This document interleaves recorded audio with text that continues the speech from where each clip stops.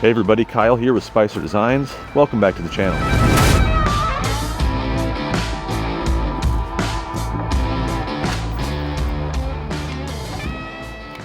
There it is, the 2020 Silverado with the 3.0 Duramax LM2, first generation for that motor.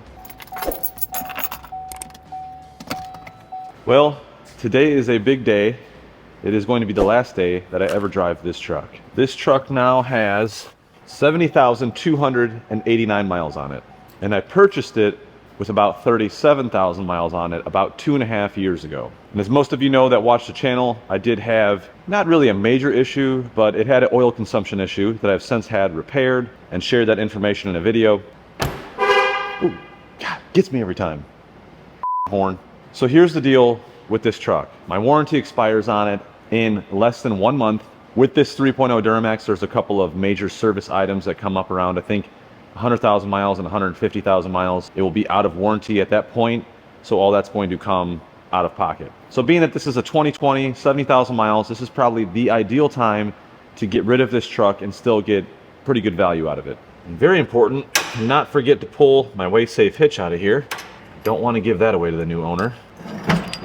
This WaySafe hitch has been freaking amazing. I use it all the time. In my opinion, this is essential for towing, especially when you're pulling heavy with a 1/2 ton, because it has the built-in scale that measures your tongue weight.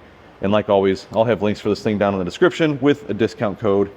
Actually, it's a discount link. Either way, I love it.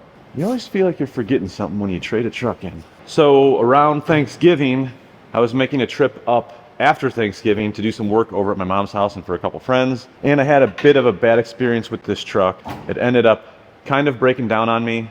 But basically the transmission started shifting really hard. It pretty much got to the point where I could not drive it any longer. And this is all within a matter of 20 minutes. And it just so happened I pulled up on a dealer, Pilsen Chevy, which is just on the north side of Terre Haute, Indiana.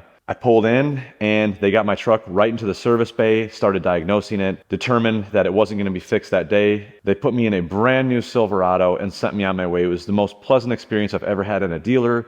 And I told them I was in the market for a new truck and they had my business just because of the way they treated me with that service issue. They ended up finding a truck for me at a nearby dealer, did a dealer swap, and I'm going to pick that thing up today. So, out with the old and in with the new.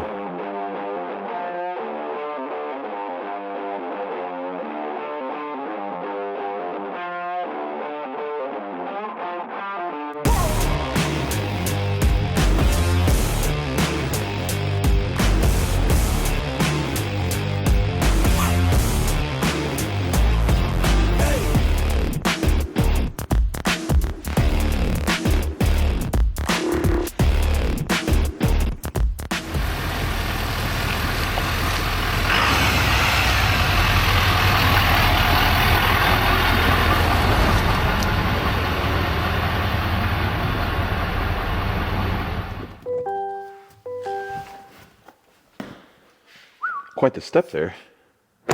Here it is, my new 2025 Silverado 2500 HD with the 6.6 L5P Duramax. Oh yeah. This sucker is brand new. It only has 173 miles on it, and I just drove it home 2 hours from Pilsen Chevrolet, and they are located in Clinton, Indiana, which is about 15 minutes north of Terre Haute, Indiana, right off of Highway 41. Like I mentioned at the beginning of the video, they did me a solid when I was traveling up north to see family when my truck broke down. So that right there earned my business, and they found me a truck.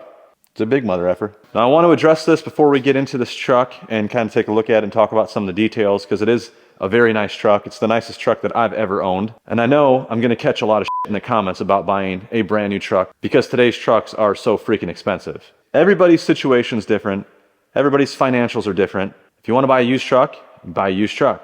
If you want to buy a new truck, buy a new truck. If you want to buy a Prius, then damn it, you go buy yourself a Prius. At the end of the day, there's options. There's always options for everything. No one's forcing anybody to buy a brand new truck. I know that they are ridiculously priced. I know Adam and Jake just posted a video where they talked about it and a lot of people agreed with them, and I do as well. But for my situation, this truck is for my business. This truck is going to allow me to start pulling my excavator, which I can then start making money with it. I have a very expensive machine sitting in my shop that I cannot move off the property because I did not have a truck that was capable of towing it. And the purchase of this truck will also be a write-off for my business that will depreciate over the years and help me out with Uncle Sam. So for me personally, it made more sense to get a new truck. And to be completely honest, there's nothing I hate worse than buying someone else's piece of shit. You have no idea how many times they spilled their pop on the seat, or spilled their coffee, or have cigarette burns all over the interior. When the change oil light comes on, they just hit reset and move along. You have no idea what you're buying unless you buy that vehicle off someone that you personally know. That is why my preference is to buy new. But with that being said, it doesn't mean that these trucks are not ridiculously expensive. These newer trucks have a ton of features in them. I mean, more features than we've ever had before on some of the older models, and you're definitely paying for those features. There's features that we just don't need. Like this, for example. I had no idea that this truck even had this. You hit the button and your tailgate opens. And a bunch of bells go off.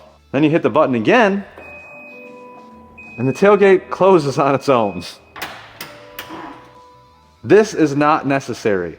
If you can't physically open and close your tailgate, then how the hell are you lifting something into the bed of your truck? So shit like this would help bring down the cost of these vehicles. Those stupid looking flex gates, I know they're kind of cool. I'm not bashing anybody for having them, but I personally didn't want it. Everyone's dinging them on their hitches. It's just a complicated ordeal. It doesn't need to be. It's just a freaking tailgate. The hell is that? Oh, what the hell is that? I better buff out. So anyways, if you want to beat me up in the comments, that's fine. Go ahead. But I wouldn't buy this truck if I couldn't afford it. Moving on. So I'm not going to go over all of the specs of the truck, the motor, all that good stuff, because if you want to know anything about these trucks, there's a bunch of different options and variables, and you can look all that stuff up on GM's website or a dealership website. We're just going to talk about some of the features and options that came on my truck. Not that anyone really cares, but if you're in the market, these are the kind of videos that I was watching before I bought this one. Now I'll start off with what I'm not a huge fan of on this truck. I'm not a huge fan of the headlights. For as much money as this truck cost, the previous years had really nice LED accents in the headlights, and they still have a version of that now, but it kind of wraps around the entire headlight assembly. It used to be a small one up top, another one down below, and it looked really nice. Well, of course, you have to pay extra for that headlight assembly. These are just like a basic halogen light. They're kind of yellow looking, so I probably will be upgrading those to an LED, just so it's a nice white light and brighter. I think I will be changing the bow tie out to a black bow tie. I just like the way they look. Anyone that's looked at these diesels know that this hood scoop is functional. It's not just for looks. This one did come with the fog lights, which I like, and it also came with the clearance lights. That was actually one of the things on my want list, was the clearance lights. The other nice thing is it has the power folding mirrors. So when I pull into a parking spot, being that this truck is so huge and so are the mirrors, I can just hit a button and they will fold in. Same when I park it underneath the carport at night at the house. Came with the running boards, which are definitely handy. I mean, they're not the greatest looking running boards, but they're functional. It's got the 20-inch wheels, which I actually really do like those wheels. I will be swapping those tires out for something beefier. You can actually fit a 35 by 12.5 on these, and that is what I'm going to be doing. So that'll be coming very soon. I did a lot of research, and they will fit without rubbing, without a lift. The other thing I was happy to see is that it's got the rear wheel well liners. It's like some kind of like a woven liner in here, but it just looks a lot better and it's easier to keep clean. You don't have all those rock chips underneath, and they have the same in the front wheel well. Back to things that I was not a huge fan of is the power tailgate. I mean, it's cool and everything, but if that motor fails or your battery dies, I mean, there's a ton of different things that can happen. The only way you can open this is with that button. There's no way to open it without it. So what the hell do you do if you need to get something out of the back of your truck and your battery's dead? I mean, I just don't think it's necessary. This truck did come prepped for the fifth wheel. It's got like a fifth wheel package, which also comes with all of your circular 7-pin connector and your 4-pin connector. So that is really nice. And on the other side, you've got an actual 120 volt outlet. That's really nice. I mean, if you're doing a job out in the woods, instead of bringing along one of those battery power packs, you've got an outlet right in the back of the truck. And another one of my wants was a factory spray and bed liner. They're really nice, and you might even say it's beefy. It's got the rear sliding window. I could take it or leave it, but that is nice to have. My other must-have was I wanted the Z71 package. The Z71 package comes with the skid plates, comes with the Rancho shocks.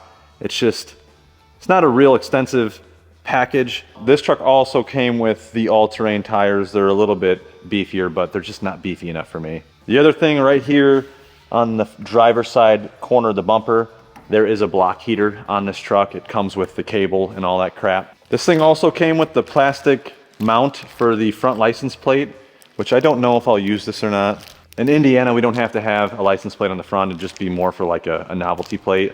Maybe like Big Pimpin' or Bitches Be Trippin', something like that, I don't know. Maybe Machine. And it also came with a leather grill guard. If anybody knows diesels, you typically use this in the colder months. Helps keep the engine warm. I probably won't use it.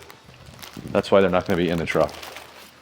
They're gonna sit on a shelf. Another thing I noticed on this truck, excuse the mess, I have a fabricating job going on over here. All the trucks I've ever owned, I have replaced the antenna because they're about 17 feet tall. This one actually comes with a pretty nice, manageable, short antenna. I would say that this thing is probably maybe 20 inches. It's really not bad. The other cool thing, I don't know if it's 100% necessary, but it is very convenient, and I'd say it kind of goes along with safety, is cameras.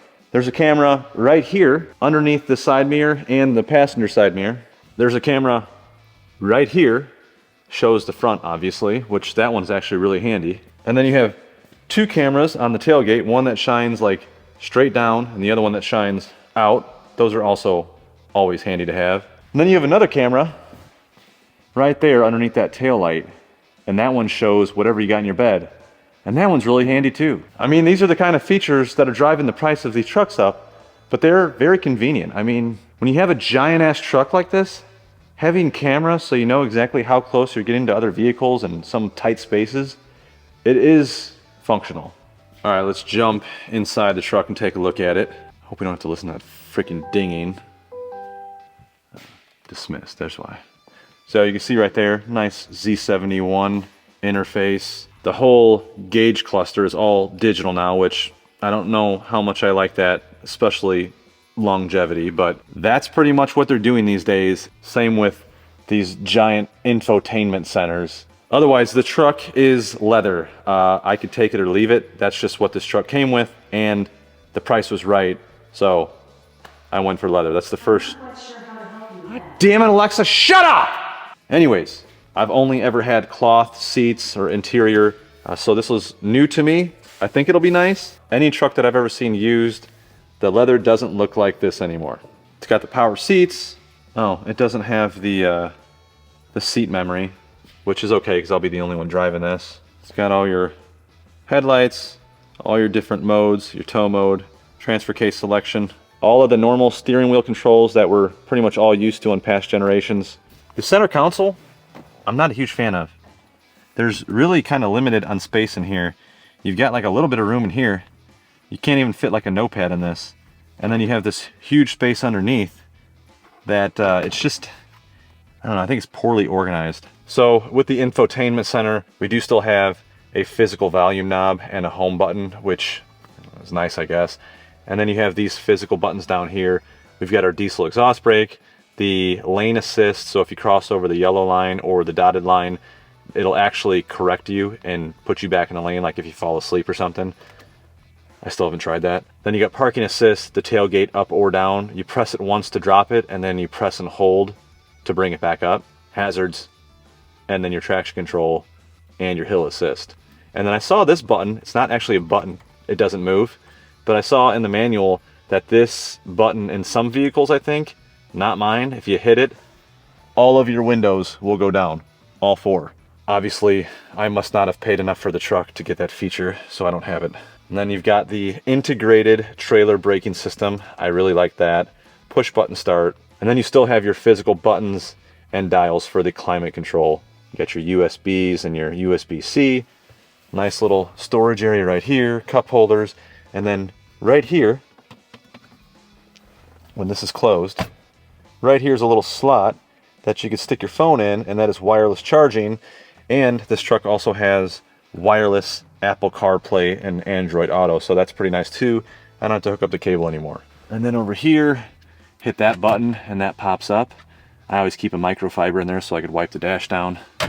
And then you got your glove box down there. And up top, we've got the 1, 2, 3 for the garage door openers. So I will be setting mine up so I can get rid of that. All your OnStar crap, lights, and then this is the button to operate the rear sliding window. And I'm not going to go over how to use that whole infotainment center because I don't even know how to use it. If you want more information on that, there's tons of videos. Let me show you the cameras in this thing. Hello. Nice big Chevy bow tie. So there is what the dash looks like. What the hell? Shut up! We're just gonna go to the cameras. That's all I really want to show you. So pretty cool. That is the front camera, obviously. You have a 360 camera, which I think that is something I'll definitely be able to get used to. You've got your hitch camera, points right down on the hitch. This is the bed of the truck. I think that's gonna be really nice to have. You're always wondering if the in the back of your truck is blown out of there or not. Well, now you know. Oh, and then you've got the, you can kind of see right here, it's actually the front tires. If I was to turn the tires, you'd be able to see them kind of turning. So that's my passenger side and my driver's side. And this one, if you hit it again, it shows the rear side of your truck.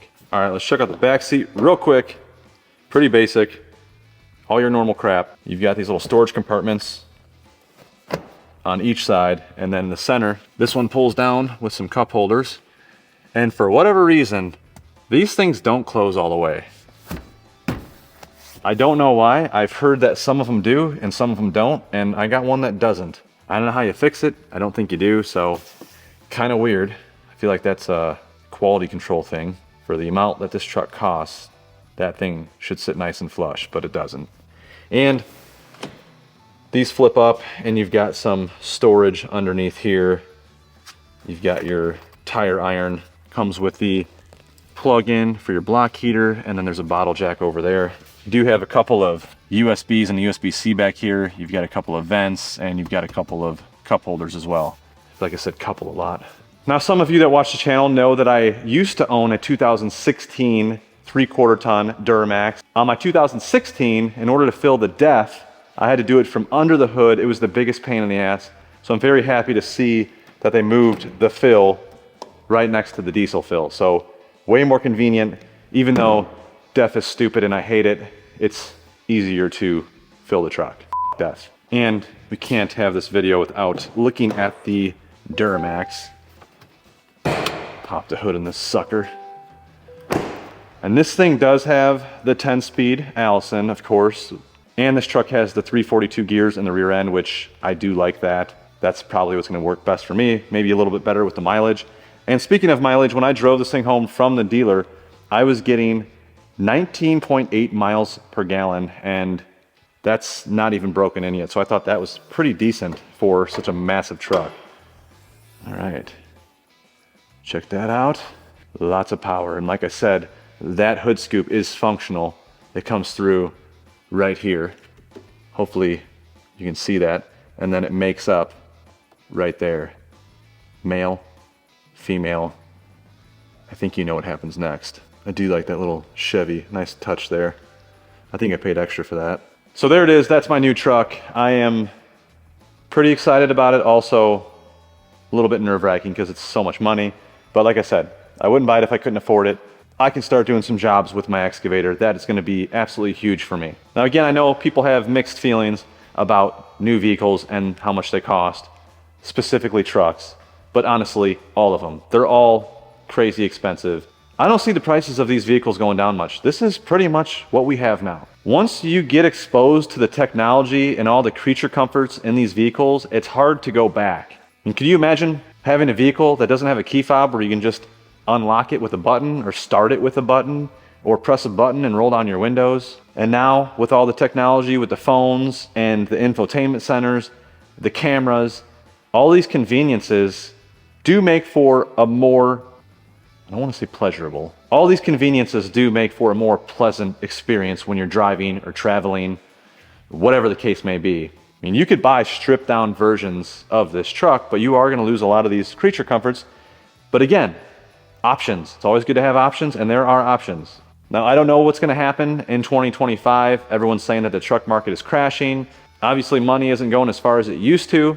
So I'm sure that dealers are gonna be offering rebates like they've always done in years past. I feel like I got a really good deal on this truck. I tried to find this exact truck with close to the same options. I couldn't find this truck for anything less than $80,000, and that is nowhere near what I paid for this thing. I would not have paid $80,000 for this truck. So you know what these things go for if you've done any research on them. That is not what I paid. I know that was a lot of talking, but that's it. I will be doing some more little upgrades and putting my own little touches on this truck. In case you're wondering, I did buy this giant truck because I have a small I mean, it's all about ego and status for me. So when I'm driving, I want to know that I'm King Dick of the road.